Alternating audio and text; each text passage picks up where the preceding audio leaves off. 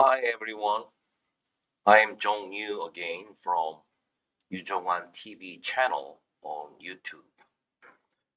Today I'm gonna talk about the second part of the Berquist Sherman, and my focus on today is how can it can be suggested to adjust the paid loss development triangle historical. And last time I showed you how Berquist Sherman restate the historical case outstanding because they thought it is not adequate. So today I'm gonna talk about how they did to restate the paid loss development triangle. Yeah, here. So I just try to point out again. Uh, I just adjust the case outstanding historical triangle amount it was before, right? ILDM and PLDM. And after I restate the case outstanding figure, and right now it is reduced. It's even smaller than the PLDM, right? So accordingly, the IBNR amount was a lot bigger in ILDM. And right now, it is a lot less than the PLDM as well. This is just some of the case outstanding, which is like each individual case, and IBNR is a borrowed reserve. So total is a gain. And right now, I'm gonna move on to how the Berkshire Sherman did restate the paid loss triangle. And start with the starting from accident year 1969 up to 1976 is from the original paper, and this is the unadjusted paid loss development triangle on a cumulative basis. And I can get the age to age factor from there, and I selected here for 78 is volume weighted average, which is a basic chain letter, and I have selected. And in order to restate the paid loss triangle, this is a little bit more complicating. They use regression, and starting point is, oh, let's look at the closed claim count. It means that out of whatever number of claims occurred for each accident year, I keep track of only the closed claim count. And if I do that, like until the ultimate, and eventually I'm gonna get the total number of closed claims. And I can make a conclusion that all those claims that has been closed, probably they occurred in this specific accident year. But because it is a closed claim count, and I can create the closed claim count development triangle on a cumulative basis. And also, I'm given the reported claim count, which is the sum of closed claim count, that is a cumulative, plus open claim count. But here like closed claim count is given and reported claim count is given. I just subtract the closed claim count, cumulative closed claim count from the reported claim count, and I end up with open claim count. This is the one that I have already used to restate the case outstanding figure, but here closed claim count and reported claim count is given. And one of the so-called diagnostic, let's say, statistics or index is just for a, I don't know, it's just for reference, and it's one of the diagnostic picture of it, because I can diagnose, like it's like a closing speed in the in our entity's claim procedure. So you virtually just, like out of total reported claim, it means what?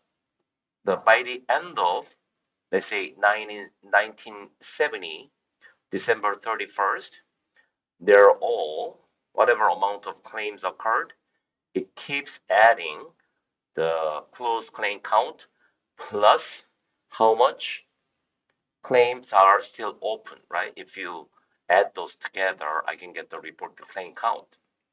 So this one is simply just divide the closed claim count by the reported claim count. So out of total reported claim count, how much proportion of the claims are closed by the end of 1970? And there is, some other like diagnostics as well, but it just, gives an idea how we can make a judgment on, claim closed, like speed or something. Now I'm gonna get back to the subject here, and you can use like closed claim count, but here the author probably think the reported claim count is, like better to estimate the future like number of claims. And I start with the reported claim count, and I can have a age to age factor there, and I selected here simple average, so all the way down to the, I thought, ultimate, and here using the summary table, I end up with ultimate claim count for each accident years, like this, right? Or we can do it like, like based on the closed claim count. It's like, very comparable to PLDM, ILDM. In this case, we can like, estimate the ultimate claim count based on the, cumulative closed claim count or the plus open claim count, which is a reported claim count. So probably in practice, I would compare those two. Like, like there is a significant difference between PLDM, ILDM. There might be a significant difference between the ultimate claim count based on closed claim count and reported claim count. But here, the author, Berquist Sherman, they just did it, estimate the future claim count based on reported claim count. There is a, like, this is like what? The claim counts development factor. And this is quite new concept for disposal rate. So dispose means like what? On, like on my side, I dispose whatever I'm obliged to pay. I'm obliged to settle down the claims, right? And then the disposal means how much proportion of the total claims which I'm liable to pay out has been settled down, right? And then that should be based on estimated ultimate claim count. And then I get this ratio that divide, I use formula, this one, out of total, let's say 9,690 claims so far by the end of, like 1972, how much, how many claims are closed so far? Closed means I settle down claims, so claimant or policyholder is happy, right? The accident occurs and I pay out all the liability. That's what it's talking about. And I can get the disposal rate development factor. If time goes by, probably it reaches like what? One, right? Out of total estimate of ultimate claim counts, I settle down everything. So it is called disposal rate. And from disposal rate, I can create adjusted claim, closed claim count. So just ignore all the historical closed claim count. I just calculate again based on estimate of, like ultimate claim counts, and I apply this disposal rate, right? And here I don't I don't choose any like, average or anything. I just use the historical disposal rate against the claim count, and this is I've got adjusted closed claim count, right? So you can do it probably, after you select the whatever the average or volume weighted or, simple like average or something, you can select it and you can use it to create the adjusted closed claim count. That's all, you should be very creative. But anyway, here author used just historical disposal rate. So I got the different, adjusted closed claim count. We can have a look at how different they are, right? Before adjusting and after adjusting. This is report claim count. And here we go, right? So you can see some of the discrepancy, right? It's not a lot, but you have to like remember that this is like, like number of count instead of loss amount. And this is just the preparation stage. Okay, so you have the original closed claim count and right now adjusted closed claim count. This is just for another additional like, review stuff. So let's say uh, accident year 1969 and you have this is unadjusted, okay? The out of total closed claim count and this is a paid loss amount. For year 1969, is there any like, direct relationship between those two? Obviously, intuitively, there exists a direct relationship. We just want to check it, right? So here, using the actually, like it says, it's like exponential regression. In an Excel, there is a, like the dependent variable is the paid claims, paid loss amount, and independent variable is number of closed claim counts. And we just, like regressed against this one. And then what about the fitted one is a new X there. So I use that. And here is the results, right? There's a prediction of like a claim payment amount. And I have done the same for accident year 1970 and 1971. And when you look at R square, like this is very close to one, right? So it's like it's almost perfect. It's very linear, even though it is exponential. So I'm happy about it. And that's just a quick check upon what you are doing. You can have now, like confidence. And right now it gets more complicating. The way how they design to restate the, like payment loss amount triangle is like this. They apply the regression on a, total, this half triangle. And I denote X and Y, IJ, and the, lowercase. You can have it. This is unadjusted closed claim count. And this is a paid loss amount.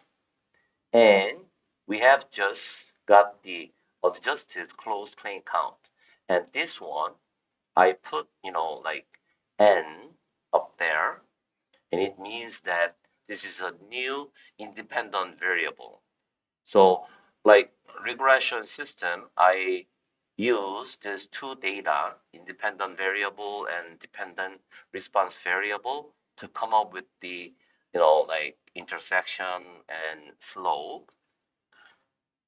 And for the prediction itself, to restate the, like the pay loss amount, I use this one, or just this closed claim count, as a new independent variable.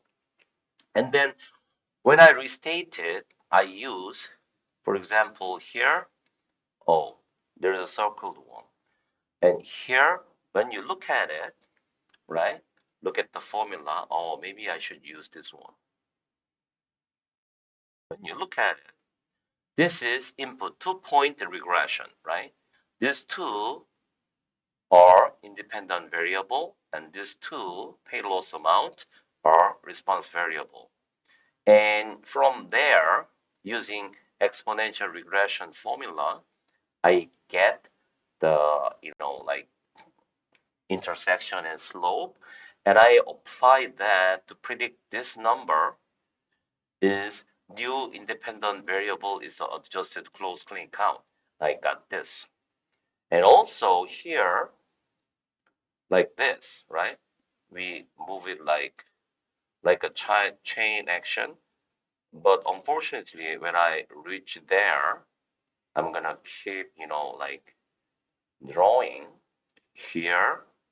I reached at the end of it, right? So next one, how am I gonna do that? This one is like this, right? I can use the same one because I don't have the, like whatever the, like, like shorter than 1 year development. So I want to call it, this is like, in this regression, it's like extrapolation. Okay, I can just, understand it, right? And finally, I got adjusted paid loss development triangle, which is all restated. But at this point, 1976, at the latest, like diagonal, that's the starting point. Okay, that's the same as unadjusted paid loss development triangle. Now I got the new one, right? Using whatever very, complicating procedure, and you need a somehow the creativity to understand it, and, like change whatever. It all depends on your actuarial judgment to come up with. But anyway, I restate the paid loss development triangle, and I select, here over new, like paid loss development triangle. I apply the loss development method to come up with the ultimate, right? But here now, I would say this is the part of the, like adjustment or restating the paid loss development triangle. But Berquist Sherman, they didn't stop here. So I'm going to do it very quickly. Let's say out of that, the adjusted paid loss triangle, I get like, age to age factor. This is based on the adjusted one. And using this age to age factor, I also apply the, like a two regression, linear regression or exponential regression upon this age to age factor by different development period. And when I do that, it's like, all different like development period, but this is only one, so we cannot do that. And this one is, like 7, because, all 8 year, but when you talk about age to age factor, it is one reduced. And here is all the regression formula. You can get it very easily using the Excel, like formula. And here, this is what I understand. I put it this way. For example, you do the, let's say, apply the linear regression or the like independent variable like this, all above, all the accident years that you have the historical data, right? So this is the response variable, and this is the independent variable, and you get the intersection and slope, and you apply the 1973 prediction. That's what it does, right? And this one is obviously all the way down to the actual historical age-to-age factor. Independent variable is accident year, and new independent variable 1975, and you get this age-to-age factor all the way down. So first one is linear regression, and do the same thing. No, actually, against the same age-to-age factor, right now, exponential regression. Okay, so it was like, fill up the down below. What does it mean? It's like, beyond 1976, future age-to-age factor for each development period, and you just use regression to come up with those things. And it is summarized, let's say, unadjusted paid loss. This is loss development factor that you have selected. And this is the basic chain ladder after you adjust the paid loss development triangle, which is, it doesn't look, like big, but in terms of you, if you apply the paid loss amount, which is going to create a significant difference. And also here, against the adjusted paid loss triangle, use the linear regression or exponential regression. And there is a, like loss development factor.